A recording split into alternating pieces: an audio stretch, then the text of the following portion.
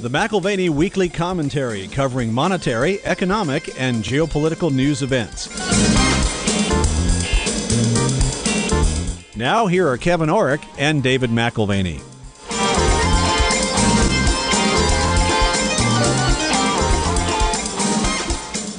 Welcome to the McAlvany Weekly Commentary. I'm Kevin Orrick along with David McAlvany. David, we're just getting to the tail end of your travels in Asia. As we talked about before, you're completing the DVD for the Asian block of that series. And I'm thinking, we have taken the time to talk to Min-Shin Pei and Martin Jacks, Stephen Roach. We've looked at Asia from various expert points of view. How have your views changed in reference to some of what these guys have been saying? Well, I think reinforced is the main concept that while China has tremendous potential, they also have a tremendous number of hoops to jump through to realize that potential. And as Stephen Roach has said, you certainly don't want to underestimate the work ethic of the Chinese. And what we've been able to do over the last several weeks is really measure out the challenges that they face. While they have a very clear economic roadmap ahead of them, what's very unclear is whether or not they have the will to implement the political reforms that will open up the possibility of true economic reforms, taking them into a new era of growth and prosperity. So the old growth model has worked considerably through this sort of industrialization period. The last 30 years has been a magical transformation there in China, much of it wrought by the will and hard work of the common person. But now what will have to change is not just the more common people doing their bit, but it's the leadership which is going to have to reform. Well, David, one of the things that struck me as unusual and very different about what your experience was with Asia versus, say, Europe or here in America is the availability and the desire for gold. You had talked about being able to, right in the airport, just change your currency for gold. And then, my last conversation with you, you were talking about the huge amount of jewelry and gold availability in Hong Kong. Well, and, what's fascinating is the difference from one country to another, one city to another. I look at Hong Kong versus Singapore, and Singapore is like one giant shopping center versus sort of the sweatshop of Hong Kong, if you will, with a financial district smack dab in the middle of it.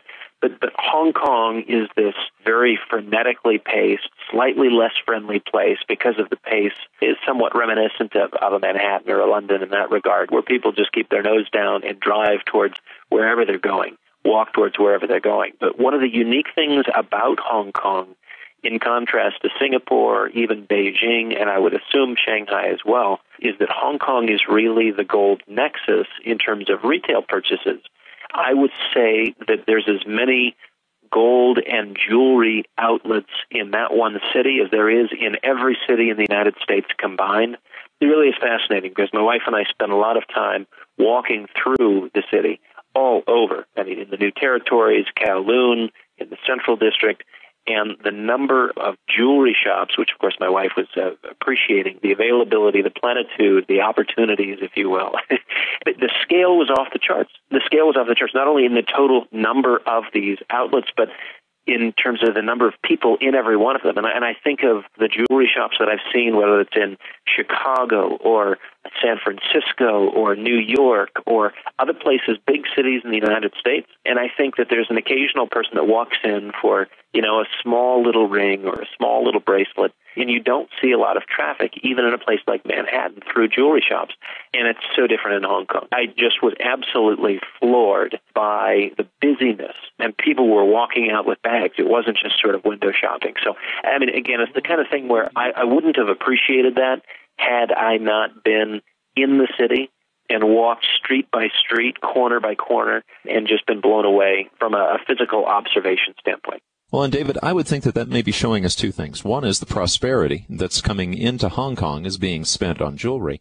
But the other thing, and this takes me back to the Stephen Roach interview from a couple of years ago, he talked about this is a society with no social safety net. They don't have retirement that they're paying into that someday supposedly will pay back to them. They're having to save their own retirement. And I'm wondering, the savings rate when Stephen Roach was interviewed with us was 37%. That's what the Chinese were saving at that time. And obviously a lot of that savings is going into gold and gold jewelry. Would you say that those are the two components that create the traffic in those shops? Well, it was interesting just talking to the people that we were dealing with, both the film crews and our drivers, and just asking them kind of from a family perspective how they viewed gold.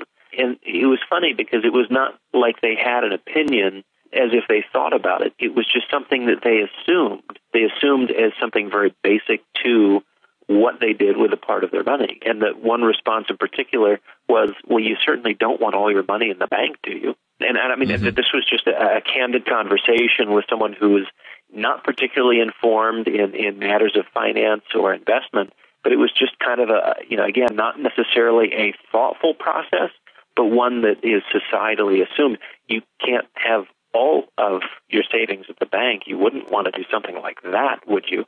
And so, again, it's just, I think it's an interesting cultural phenomenon to see the demands there. Now, I do want to mention just our time constraints today. We're traveling back, and we've got a long journey ahead of us.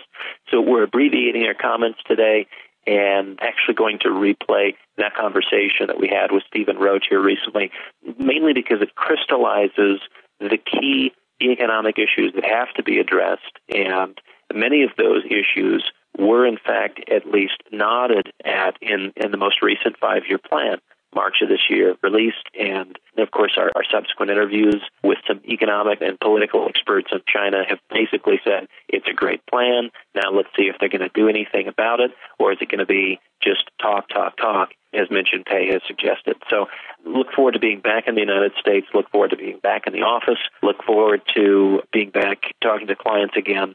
And it's been a good 4 weeks away, both through Europe and through Asia. But the travel is about to be concluded, and we'll be working on the next DVD, which is kind of a summary of our findings in Asia. And again, if we don't have your email address, that's going to be the quickest way for it to get it to you. Otherwise, it'll be a 6 to 8 week delay before a physical copy is available. So make sure that we have your email address, and we'll send you that second installment of this year's film project. The first was on Europe. The second is now on Asia. The third, a post-election summary. Well, and truly, David, I'm looking forward to that coming out. Now, in the meantime, with us replaying this Stephen Roach interview, we should probably let the listeners know this was a couple of years ago that he was talking. This is before the next 5-year plan came out. And Stephen Roach, he's been an expert on Asia for many years. He was with Morgan Stanley at the time, and I think he has left that position. He's retired from that position and holds an academic position at Yale University. Isn't that right? That's correct. He's in the economics department at Yale, and will continue to make a great contribution there. Writes regularly. His articles can be found here and there on the Internet, but a fabulous thinker, very crystal clear, and lays out his views on Asia very well in this interview. Well, and I can say, David, this is one interview that we've listened to, you and I, multiple times. I don't think there's been another guest that we've had based on Asia that we've listened to more often, and really still seems to be just as relevant today as it was a couple of years ago. Your analysis is greatly appreciated. I miss your more frequent missives as the chief economist at Morgan. You've added gravity to much of my own thinking over the last 10 years or so that I've read you with great frequency. I'm interested in China for many reasons, not the least of which we've seen a gradual shift from Western power centers and towards the East. And it's been a process that over the last 100 years has been in place, but greatly accelerated in the last 31 years. So we have certain questions that remain unanswerable. What will the world look like 20, 50, or 100 years from now? But with curiosity, we look at the present landscape to see what trends might take hold and define the world we live in. Our conversation today is directed towards your views of Asia, specifically China, as you've taken on significant responsibilities as chairman of Morgan Stanley Asia. However, seeing the world as you do from a macro perspective, please draw on all relevant external factors, U.S. monetary policy, global central banking practices, Basel III, any other fiscal issues that might be in the background. We look at the Next Asia, your book, and it is a book that explores the potential of Asia, the potential of China, looks at it very reasonably in terms of the things that are in motion now that are very positive, but also the headwinds that particularly China faces as they are trying to break from older models. Why do you title it The Next Asia? Are we there yet? What would it take for us to see the world redefined in terms of leadership or influence by China? Well, thanks for your fascinating questions and your kind words in the introduction. If you look at China as emblematic of this region's extraordinary dynamism, the record over the last 30 years has been nothing short of extraordinary, miraculous. You can't come up with enough in the way of superlatives. But if you bore into the numbers, two sectors, exports and fixed investment, have really accounted for the bulk of the miracle. These two sectors, back in 1979, when the economy was on the brink of collapse post-Cultural Revolution, these two sectors at that point totaled about 34% of Chinese GDP, and at their peak in early 2007 had risen to about 75% of the economy. The export sector was by far the biggest driver in terms of growth, but investment moved up a lot too, and a lot of that investment was driven by the construction of the export platform, the manufacturing capacity, the infrastructure, the supply chain logistics, and the like. That model, as brilliant as it was, and it led to spectacular GDP growth, improvements in per capita income, dramatic reduction in poverty in China, that model is not enough to take China to the next stage because it's heavily dependent on external demand elsewhere in the world economy. And this crisis is a wake-up call to China that external demand underpinnings, first in America, now in Europe, can't be counted on to continue to drive the economy to the same type of growth going forward as it did in the past. So my thesis of the next Asia is that Asia, led by China, has to now look inward in providing stimulus to its most precious assets. 3.5 billion consumers living in Asia and 1.3 of them living in China. And this is going to require tough policies, innovative policies, but a new approach to economic growth for a region that has become heavily dependent on exporting its product to others. And the next Asia is all about that transition from the externally supported model to one that draws greater support from internal demand. Well, so if the transition is critical, we can start with something we know well, the American consumer. How important is U.S. consumption to past, present, and future growth dynamics in Asia?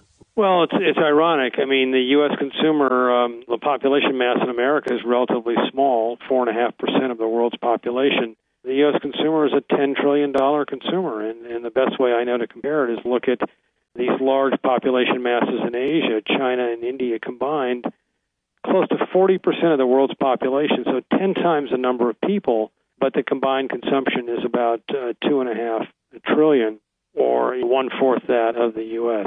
So the U.S. consumer, it really drives global consumption, and for export-led economies like China and India, the mainstay, the anchor, the bulk of the external demand growth. So the American consumer, and I should say the excesses of the American consumer, have been hugely important in driving the external demand that underpins Chinese and other Asian exporters. What worries me a lot, actually, is that so much of the American consumption model was built on false foundation of asset bubbles and credit bubbles and sharply reduced savings. And the question that Asians need to ask is how much of their export-led growth dynamic became overly dependent on false consumption in the U.S. Are Asian exporters guilty of really premising their growth models on the false pretenses of excess and unsustainable consumption in the U.S.?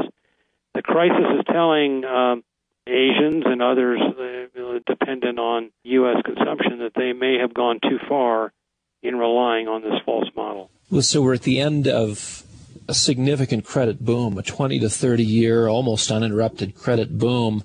And the growth that you describe in your book, this is 31 years. The real period of transition for China, 1979 to the present, did take place in the context of credit expansion globally, but particularly in the United States, where the consumer, as you say, may have overstretched and overreached in terms of consumption compared to income. What does that mean for China? Can they actually make a transition towards being internally consumptive in the context of credit now contracting instead of expanding? Or is the central bank policy there in China enough to just literally paper over the divergence in credit contraction globally, but perhaps not in China? Let me just state at the outset in answering your question that liquidity injections from central banks really can't solve anything. All they can do is give you a window of time to adjust or to put in a downside against deflationary risk and bring crises to an end. Or if there's an inflation problem and the monetary policy needs to be tight, they can address the excesses of overheated economies. But the big problems are structural. In the case of China, I think it requires a very different approach, stimulate internal private consumption.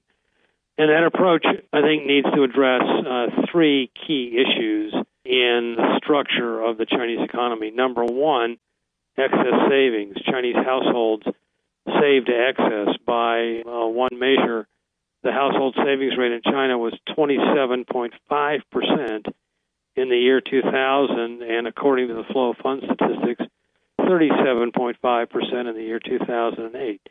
This is a saving excess engendered by fear, by insecurity. It was a huge increase in precautionary saving by Chinese families. They don't have a social safety net. And so to compensate for that, they need to invest heavily in Social Security, private pensions, unemployment insurance, medical insurance. If China does that, then I think that some of that fear can be redressed and household savings rate can start to stabilize. Secondly, China needs to address its lagging rural income problems. Over 800 million Chinese still live at relatively impoverished levels in the rural countryside, and their incomes have been lagging those in coastal China, in urban China. And this is very much at odds with what the Chinese leaders in the Chinese Communist Party aspires to take a more egalitarian form, the so-called harmonious society, as it's referred to in China. And to address this, you need policy to aggressively support rural income through tax rebates, through rural land reform, through IT-enabled connectivity of agricultural communities, and through aggressive incentives to stimulate rural-urban migration. And finally, China needs new sources of job creation. And this is primarily going to take place in the services economy, stimulating labor-intensive service industries that are really far too small in China today. Industries in the wholesale and retail trade area, leisure and hospitality, domestic transportation, supply chain logistics, finance, healthcare. And if China does that, it can come up with new sources of job creation to also stimulate private purchasing power. These are all policies that China can accomplish and begin to move ahead on, I think, a relatively short period of time. Well, it's interesting you describe liquidity injections by central bankers as being only a temporary fix. Monetary authorities can create money, but they can't necessarily direct its flow. And so we have sort of these unstable thematics that develop on the other side of liquidity injections as asset bubbles are created. It seems to be the history of the U.S. It seems that there is a bubble forming in China as a result of most of your credit creation of the last year or two, maybe a few years more than that, going into urban construction. It's not really that widely dispersed. I mean, you just described three structural things that need to take place. Are they taking place? Is the social safety net being developed? How do you move towards a service-oriented economy? It took us, 40 or 50 years to accomplish that here in the United States. Is that perhaps why you're describing it as the next Asia? Not necessarily the Asia of today, but what needs to be and what could be a success story in Asia but it's not our current context. Well, the next stage is very much premised on the transition from a system driven by external demand to one driven by internal demand, and the Chinese consumer is a critical piece in that equation. The general notion when I talk about this around the world is that it's going to take a long, long time. I would say two things in response to this. Number one, because of the here and now of external demand shocks, China does not have a long, long time. This is not going to be, they can't afford to make this as drawn out a process as the manufacturing-led development of the last 30 years was, unless they're prepared to take a major growth shortfall arising from a weaker external growth environment. Number two, I've learned in the years I've been focusing on China, never underestimate the determination of the Chinese authorities and their still centrally planned economy to push through dramatic change and to accomplish tough objectives in short periods of time. China operates on the basis of a 5-year planning cycle. The next 5-year plan, which would be the 12th 5-year plan, is due to be enacted by the National People's Congress in February of 2011. That's only 9 months away. We'll get some hints as to where they're headed really by the end of this year.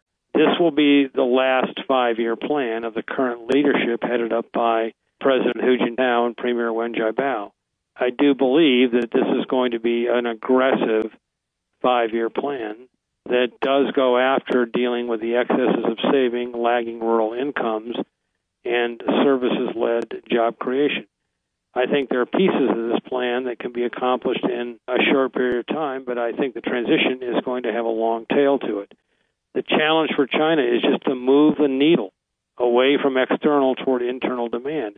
I honestly do think that important progress in these areas can be accomplished in a short period of time. Finally, I would say that in response to the first point you made in addressing this question, yes, there is a property bubble in China. I don't think it's a bubble in broad-based urban construction, though. I think it's concentrated in speculative activity in the high-end residential property market in 10 major coastal cities. The Chinese government has taken aggressive administrative actions to deal with that. They've been preemptive compared to the way we approach this in the West. In the West, we claim that we can't do anything to address bubbles. And then we also claim, mistakenly in my view, that we have the wisdom and the power to clean up the mess after these bubbles burst. Well, look at the mess that we've made in the West by following that approach. The Chinese are preemptive. They move quickly to address asset bubbles before they impact and distort the real economy. That's the difference between the Chinese approach and the American and / Western approach. The Chinese economy is in much better shape than the bubble-distorted American economy was and is, and that's an important distinction in the way they conduct policy in this country. Well, as we look at the state of the external world, we're talking about a transition that needs to occur, a rebalancing of their GDP mix. And at this point is a challenge, as you say, because they need time, and that may be the one element that they don't have. On top of that, we live in a very fragile financial state on a global basis. They are external dependent today, and yet their source of funding, whether it's the U.S., whether it's Europe, two of their larger trade blocs, we have our own issues. Maybe you can speak to case for relapse in terms of financial crisis and economic crisis. Well, look, when you come out of a crisis as severe as the one was in 2008 and 2009, history tells you you're bound to have periodic aftershocks. And in my opinion, the sovereign debt crisis in Europe is really an aftershock of the subprime crisis of 2008 and 2009. And, you know, there could be more aftershocks to come. We don't know. By definition, shocks are unexpected developments. But Southern Europe it failed to really address its public sector deficit issues going into the crisis. And when the crisis came and the revenue stream collapsed, the deficits went from bad to worse overnight. And so, these are the types of developments that you can expect, unfortunately, in a post-crisis climate. So there could be more, as I said. A post-crisis global economy is in a very fragile state right now, and that is a big issue that must be addressed. And I'm not convinced that the world has taken the appropriate steps to deal with those issues, and I think that's an important problem right now. Just a reminder, you're listening to the McAlvany Weekly Commentary at McAlvany.com. That's McAlvany.com. As we look at Washington, there has been a debate raging over the renminbi and the proper foreign currency valuation or exchange rate between the U.S. dollar and the renminbi. And it's been said, if only the Chinese would revalue. What seems odd to me is that on the other side of a major revaluation, couldn't we find ourselves with a debt funding problem? Rebalancing looks to be positive for China and perhaps negative for the U.S. as surplus dollars which have been used for the purchase of treasuries diminish. I'm wondering why we would press so hard for renminbi revaluation when one of the unintended consequences ends up being a potential funding crisis for the U.S. Look, you're exactly right. This is unfortunately a painfully classic example of bad politics driving bad economics. America has a serious problem. The main problem we have is a very high unemployment rate, not just 10% as measured in the official data, but much higher than that if you adjust the official data for people that have given up looking for work. We want to blame others for our unemployment problem. In particular, we say that this wouldn't have happened if we hadn't had a big trade deficit, and the biggest piece of our trade deficit is with China. There are many academics and politicians who claim that China manipulates its currency. So let's hold them responsible for the problems bearing down on the American middle class. This is emotionally appealing, and the polls suggest that it resonates with middle-class American workers across the land. Unfortunately, it's just not borne out by analysis or fact. If you look at the United States and our trade deficit, it is enormous. There's no question about it. Over the last 2 years, however, we ran trade deficits with over 90. That's 90 different countries. And we have a multilateral trade deficit, to use economic jargon, and we can't fix that by forcing one country to make an adjustment in its bilateral currency rate. Yet there are politicians and leading economists, some of our Nobel Prize-winning economists, who argue that the only way to resolve this is through forcing the Chinese to address the bilateral exchange rate between their currency, the renminbi, and the dollar. This would not do anything. The reason we run a multilateral trade deficit with over 90 different countries is because we have a saving shortfall. We have the lowest savings rate of any leading economy in the modern history of the world. And when you have a saving shortfall, you must run a massive current account deficit and multilateral trade imbalances to attract the capital. So if you try to fix a multilateral imbalance with forcing an adjustment on a bilateral cross rate, nothing happens. You just change the Chinese piece, you exchange that for a deficit with somebody else who's presumably a higher cost producer who ends up taxing the same American worker you're trying to protect. So this is a bogus problem, and it's unfortunate that it's become politicized and with great consequences, because China is going to, as you said in your key premise, I'm sorry to go on for so long, but this is a critical issue here. China is going to move to a consumer-led society. They are going to absorb their surplus saving and have less of that to send our way to fund our excess consumption and our deficits in the United States. Who is going to pick up the slack if the Chinese won't fund it? Have we thought about that? Have we thought about that, what that means for the dollar? Have we thought about what that means for long-term interest rates in the U.S.? I don't think our politicians and some of our elite economists have really thought this one through clearly. What they say when I raise this question with them in congressional testimony or in debates with some of these academics is, well, what else are they going to do with their money? I'll tell you what else they're going to do with their money. They're going to invest it in their own infrastructure to support their internal private consumption.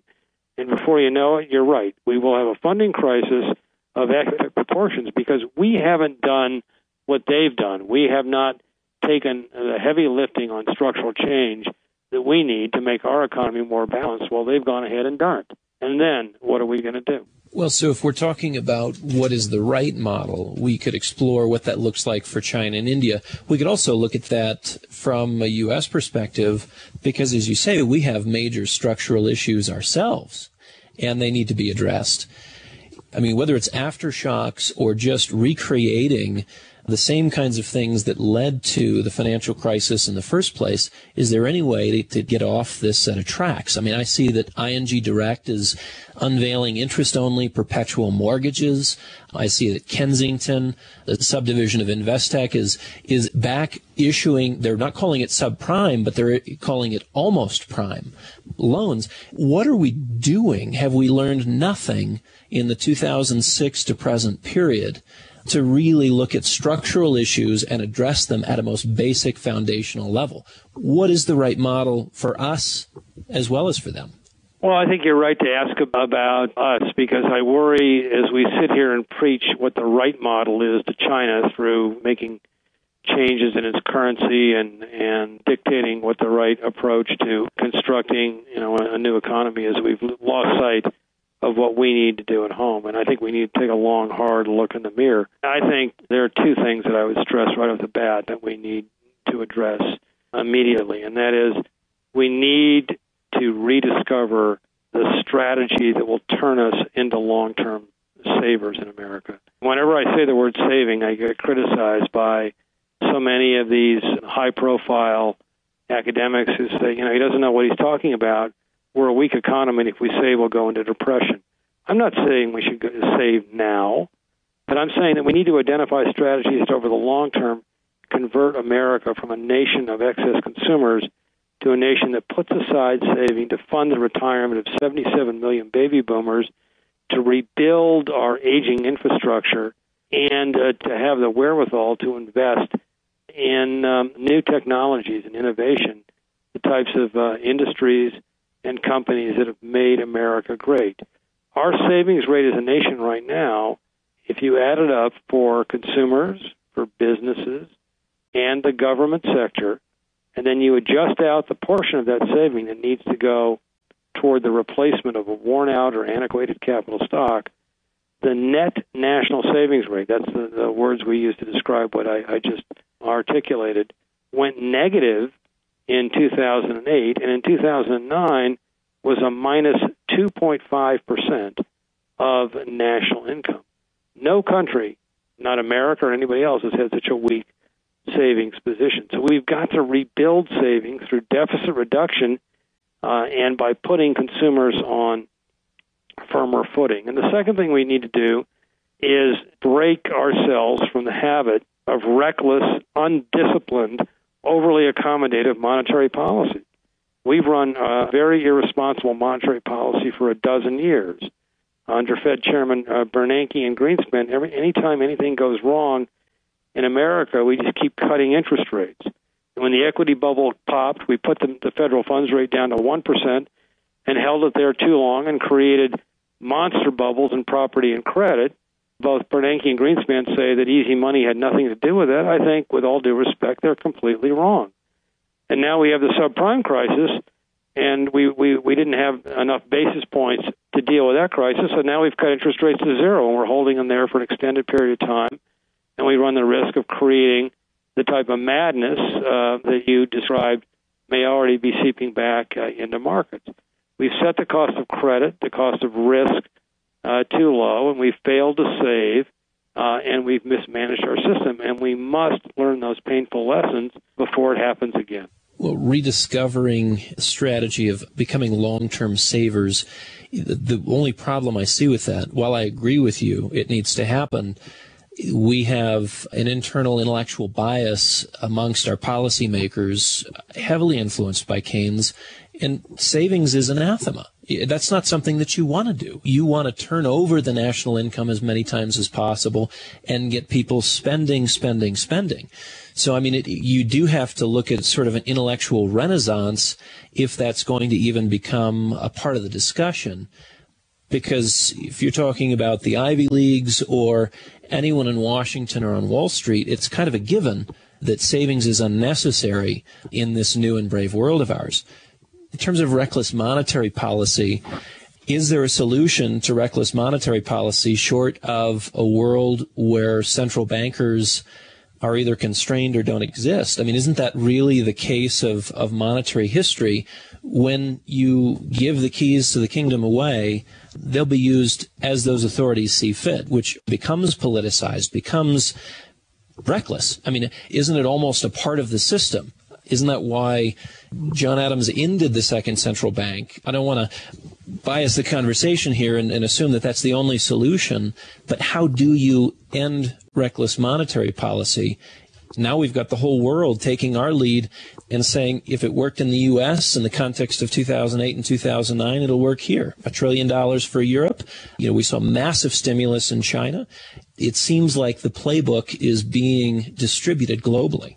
Well, first of all, the jury's out on whether it worked. I mean, this was the same broken approach that was tried in the aftermath of the equity bubble, and, it did work. There were a lot of celebrations, a lot of central bankers taking victory laps, a few years after that strategy was deployed, because on the surface it appeared that it did work. But, of course, it did not, because it gave rise to an even frothier period of excess and ended up distorting real economies, not just in the United States, but those around the world, as well as infecting banking systems and financial systems around the world. So I think premature to celebrate the success of any one of these post-crisis liquidity binges. But you ask a deeper question, and that is, what can we do to address, in a honest and frank intellectual way, this debate over savings? The lessons of Keynes tell us that in periods of economic distress, that it's perfectly fine to run savings deficits to deal with the downside of economies. Keynes included recommends deficit saving in perpetuity as a life support mechanism to sustain advanced developed economies. This is not the way to run any system.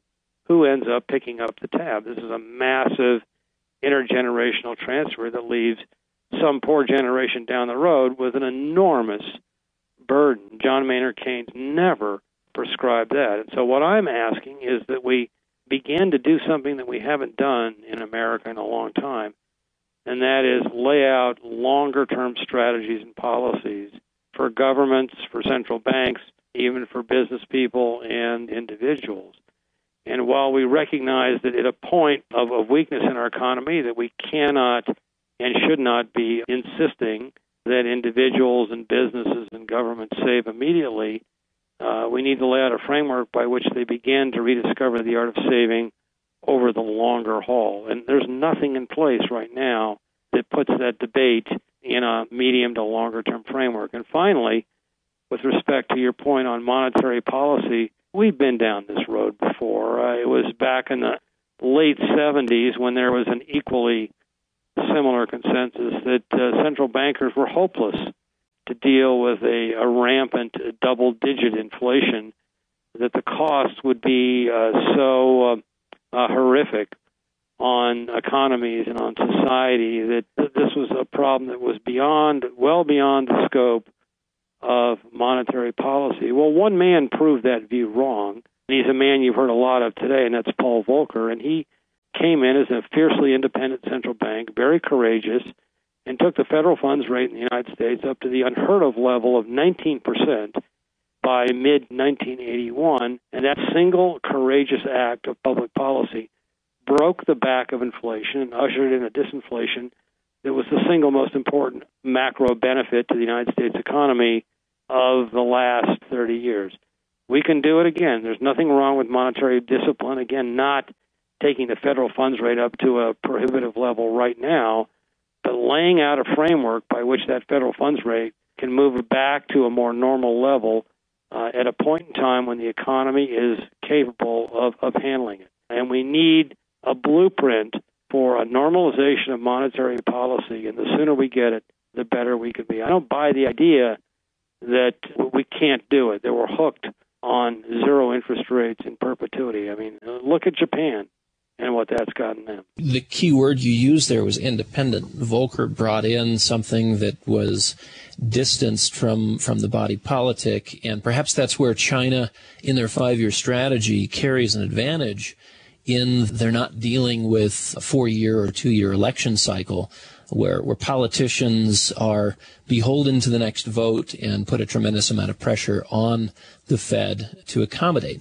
Volcker stepped in and did something radical. Fortunately, we didn't have a super radical contingent in the United States to respond negatively to the recession that 19% threw us into.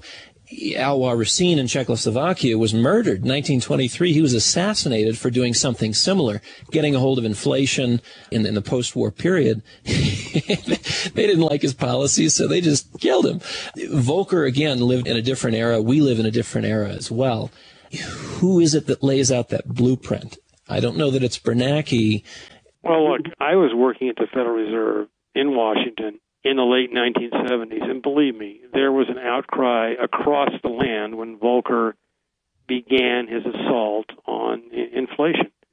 Congressmen in both parties wanted his head. America's farmers drove their fancy tractors in from Illinois, Iowa, Indiana, Nebraska. They blockaded the Federal Reserve building. They encircled it. They tried to prevent the Federal Reserve staff from going to work and continuing to squeeze the U.S. economy with higher interest rates. Volcker never flinched. Turns out there was another way you could get into the Federal Reserve building. He figured out how to do that and did not flinch until the U.S. economy blinked and the back of inflation was broken. He also had a Congress that, perhaps unwittingly, in 1978, by modifying the mandate of the Federal Reserve by passing what was known at the time as the Humphrey-Hawkins Act of 1978, adding price stability to the Fed's official mandate, that gave him the political cover to do what he did. And I've argued, no one has listened, that mandate, while it worked well for a while, is no longer sufficient to give a Fed chairman the political cover, the likes of which Paul Volcker had, to assault inflation. I think we need to modify the dual mandate of the Fed, which requires the U.S. central bank to focus on full employment and price stability, to now contain a third objective, and that's financial stability. And so whenever the system starts to go haywire, like it did in the last 12 years several times, the Fed has the political cover to step in and lean against excesses that end up distorting not just the financial system, but also the real economy. And if we had that third leg to the policy mandate of the Fed in place, I think we'd have a central bank that was more empowered to do the tough things that we need of an independent monetary authority that now do not seem to be in place. And I have urged repeatedly the U.S. Congress to go down the road of not just giving the Fed more power, as it's doing in this financial regulation, but requiring more accountability of the Fed by also adding a financial stability mandate to its broad policy goals and objectives. And in theory, I would agree with that last point on financial stability. In practice, I'm still scratching my head wondering who the people are involved who get that done. Our conversation a few months ago with Otmar Issing, he described an asymmetrical banking problem within the EMU, wherein they've done something very similar. They defend on the downside, but they don't get ahead aggressively, as the Chinese, as you've described, do, and try to prevent bubbles from developing to a full-fledged state. So financial stability, yes. Greater accountability, yes. Who is it? And maybe there's no answer to that question. In a time of crisis, new leadership emerges at just the right time, and we don't necessarily know who that will be or from what context they'll come. Just want to thank you for joining us today and look forward to perhaps continuing the conversation at a future date. You've added a tremendous amount to our understanding and appreciate your time there from India. Thank you very much. Thank you. I appreciate your comments and your questions. And one last note, Dr. Issing is a good friend of mine, and he has been a leading voice in Europe in trying to bring the financial stability debate into European monetary policy. He's failed. I've tried to do the same thing in the U.S., and I failed. I don't think either one of us is going to give up. Well, we appreciate that, and we look forward to our future conversations as time goes on. Thanks again. Well, you've been listening to the McAlvany Weekly Commentary. You can find us at McAlvany.com, McAlvany.com, or give us a call at 800-525-9556. This has been the McAlvany Weekly Commentary. The views expressed should not be considered to be a solicitation or a recommendation for your investment portfolio. You should consult a professional financial advisor to assess your suitability for risk and investment. Join us again next week for a new edition of the McAlvany Weekly Commentary.